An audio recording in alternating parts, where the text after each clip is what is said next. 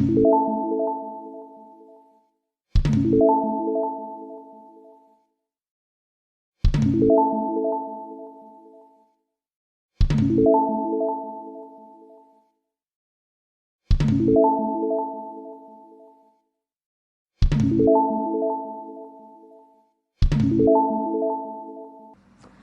हम लोग पढ़ने जा रहे हैं वैल्यू एडेड टैक्स यानी कि वैट।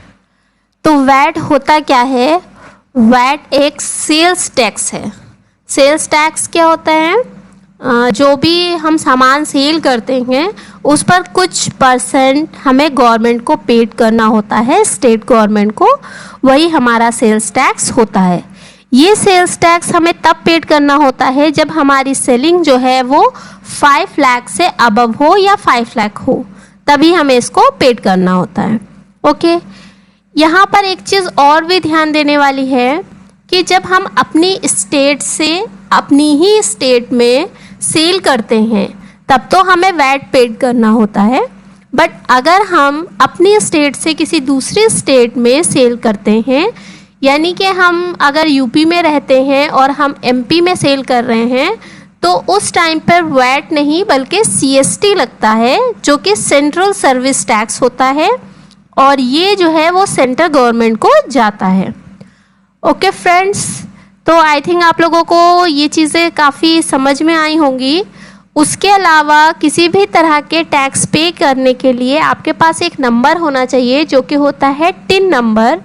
टिन नंबर का अगर हम फुल फॉर्म की बात करें तो टैक्स पेयर आइडेंटिफिकेशन नंबर, या इसे टैक्स आइडेंटिफिकेशन नंबर भी बोला जाता है। अगर आप लोग कोई बिज़नेस शुरू करना चाहते हैं और उसके लिए टिन नंबर के लिए अप्लाई करना चाहते हैं तो ये उसकी वेबसाइट है, आप इस पर लॉगिन करके रजिस्ट्रेशन के लिए अप्लाई कर सकते हैं। ओके फ्रेंड्स, तो ये सिंपली मैंने आपको वैट का इंट्रोडक्शन दिया।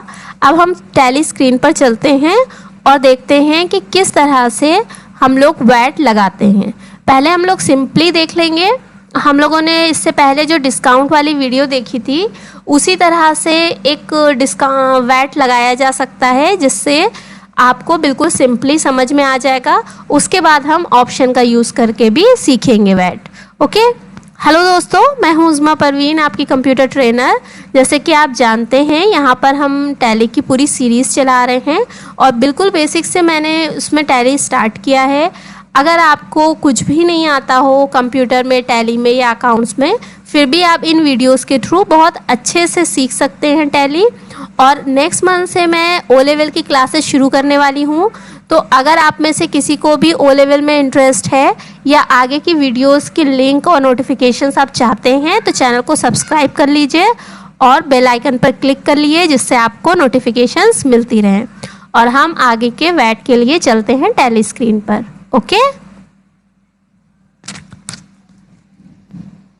तो दोस्तों आ गए हैं हम अपनी टैली की स्क्रीन पर और हमने अपनी शॉपिंग मॉल की कंपनी जो है वो ओपन कर ली है।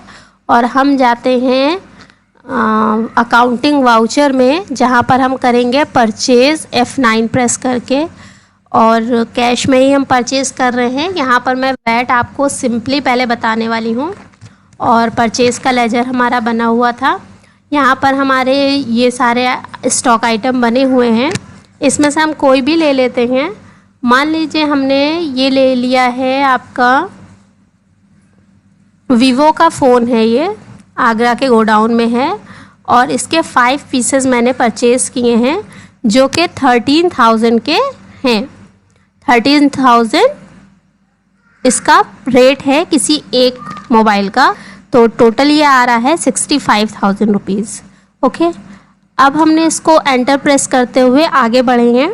अगर हम यहीं पर एंटर करेंगे तो ये दूसरा स्टॉक आइटम लेगा, तो हमें दूसरा स्टॉक आइटम नहीं बल्कि वैट लगाना है। तो एक बार और एंटर प्रेस करते हैं और वी प्रेस करते हैं। बट क्योंकि यहाँ पर वैट का लेजर अभी बना नहीं है, इसलिए यहाँ पर हमें दिखा नहीं रहा है, तो हम न्यू बना लेते हैं वैट का लेजर।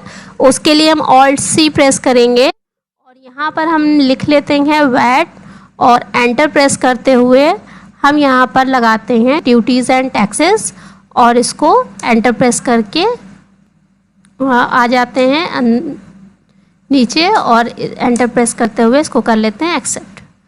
अब हमने यहाँ पर क्या किया है 5% लगा दिया है। ओके, तो अगर हमारे मोबाइल पर, वीवो के मोबाइल पर 5% GST था, तो इन पाँचों का रेट में जो 65,000 था उसका 5% निकल आया है और ये 3,250 रुपीज़ है, जो कि टोटल मिला के 68,250 रुपीज़ हो जाएगा। ओके, नेक्स्ट हमने इसको एंटर प्रेस किया है और इसको एक्सेप्ट कर लिया है। अब हम इसकी एंट्री सेल में कर लेते हैं। हमने इसको सेल भी कर दिया है, कैश में ही हम सेल करने जा रहे हैं और यहाँ पर हमने वीवो ले लिया है और ये आगरा के गोडाउन से था, तो आगरा के गोडाउन से ही हमने लिया है और 5 पीसेस थे तो 5 पीसेस ले लिए हैं। अब क्योंकि हमने 13,000 का परचेज़ किया था, तो यहाँ पर हम कितना सेल करेंगे, 15,000 में इसको सेल कर रहे हैं तो 75,000 रुपीज़ हो रहा है। और अब हमने 2 बार एंटर प्रेस करके वैट ले लिया है और यहाँ 5% लगा दिया है। ये आ रहा है 3,750 रुपीज़, जो कि प्लस हो गया है।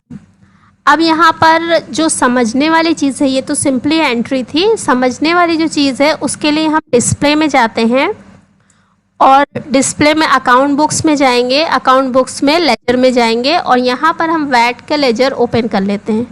अब देखिए यहाँ पर पहला जब हमने परचेज़ किया था तो जो GST था वो 3,250 रुपीज़ था, जबकि हमने जब सेल किया है तो वो हमारा 3,750 रुपीज़ है।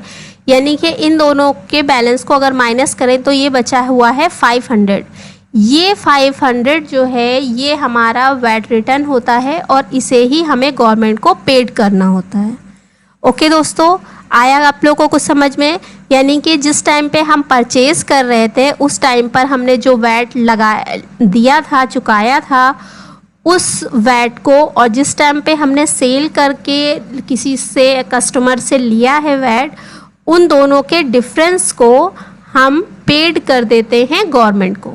ओके, तो आई होप ये बहुत इजी था, आपको अच्छे से समझ में आ गया होगा। इस तरह से हमने सिंपली आपको एक एंट्री समझाई है। अब इसी को हम पेमेंट भी कर सकते हैं। तो पेमेंट के लिए हम लोग यहाँ से Alt A भी प्रेस कर सकते हैं और F5 प्रेस कर लेंगे, यहीं से हम पेमेंट कर देते हैं। तो हमने वैट ले लिया है, वैट का लेजर, और यहाँ पे 500 डाला है और एंटर प्रेस करके टू कैश ले लिया। तो ये हमारा वैट का पेमेंट हो गया है। अब अगर हम यहाँ पर देखेंगे तो बैलेंस हमारे बराबर हो चुके हैं और ये वैट रह नहीं गया है। ओके, तो इस तरह से हम लोगों ने सिंपली वैट कैसे लगाया जाता है ये सीख लिया है, और वैट होता क्या है वो भी आपको समझ में आ गया होगा, कौन सा डिफरेंस होता है या किस तरह से हम निकालते हैं वैट। तो अगली क्लास में हम वैट ऑप्शन के थ्रू कैसे यूज़ करेंगे, कैसे लगाएंगे, वो सारी चीज़ें हम देखेंगे। ओके, तब तक के लिए अपना ख्याल रखिएगा, बाय।